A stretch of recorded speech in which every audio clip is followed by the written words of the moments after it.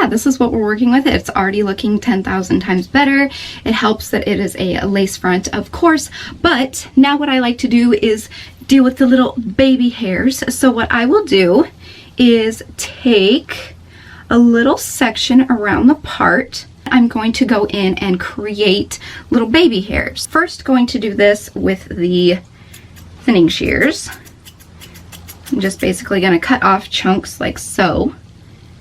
And this just creates shorter little stubby hairs that will stick out when the wig is on, making it look more natural, because we all have those little tiny breakage baby hairs around the frame of our face. During my everyday life, I don't necessarily run to the grocery store and throw my wig on and just glue it on and leave it on for multiple days at a time. But if you're someone who does do that, baby hairs are still great whether you glue your wigs down or not. Now, the next step is styling. Also keep in mind that when it comes to cutting the wig and styling the wig, you can do this on a wig head. I personally prefer to do it while it's on my head, because then I can see how it looks as I go and what it would look like on. Whereas when I style my wigs on a wig head, I can't really see what it would look like on me, because the wig head doesn't have the same head shape, face shape, etc. as I do. So I like to style my wigs when they're on my actual head, but you can definitely style your wigs when they are on the little mannequin head. Just a little quick tip: if you are using synthetic hair, Batiste dry shampoo or baby powder is great for getting rid of shine. Just don't put an excess amount on, because obviously it will take away from the color no matter what color wig you are using. It will give it kind of like a dusty overcast, especially if you're using baby powder.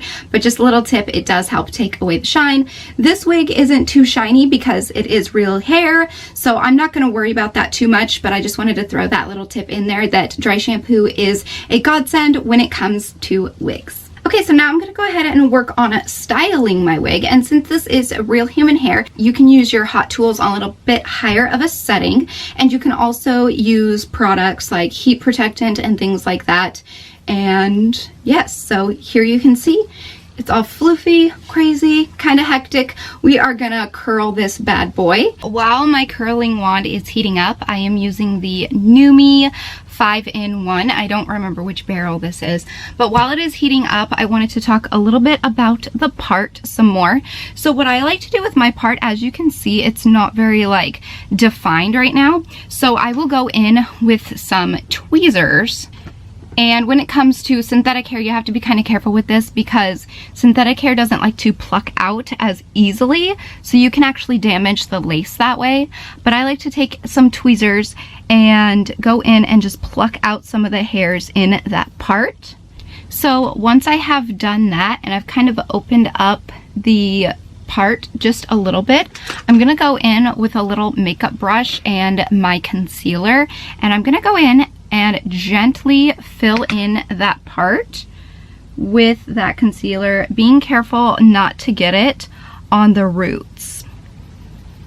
And if you do get it on the roots, no big deal. Just take a small brush and the corresponding shade of eyeshadow and just kind of touch up the roots with that as well. Also, if you wanted to give a root to your wigs, just take an eyeshadow, brown, black, whatever color that you want your roots to show as. Just take that corresponding eyeshadow and just cover the roots of the hair, and boom.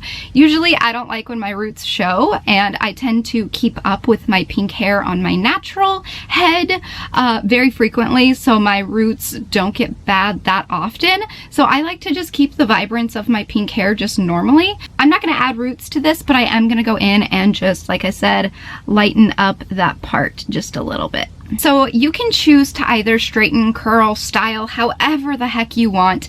I am choosing to curl. So the first thing that I'm actually going to do is run some argan oil through these ends so they're not as crazy frizzy, and just running it through these ends to kind of tame them down and help a little bit with the frizz. And now I'm just going to go ahead and start curling my hair. If you want to see how I curl my hair, I think I have an older video that I'll link right here. Maybe I have like a get ready with me live stream, whatever it is, it'll be linked right there. But I'm just going to go through and start working on curling my hair. And there we go. We have some luscious curls happening.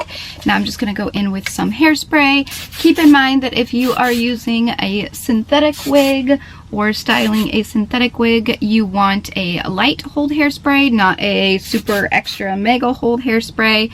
But since this is a real hair wig, I am using my Aquanet. Now while the curls are still wet from the hairspray, I'm just going to take my hands and just like pull them out just a little bit so that they're not so like sucked up to my scalp. I'm just going to kind of loosen them up just a little bit. So just by gently pulling, it will help pull the curls out just a little while still giving them a little bit of bounce. And ta-da!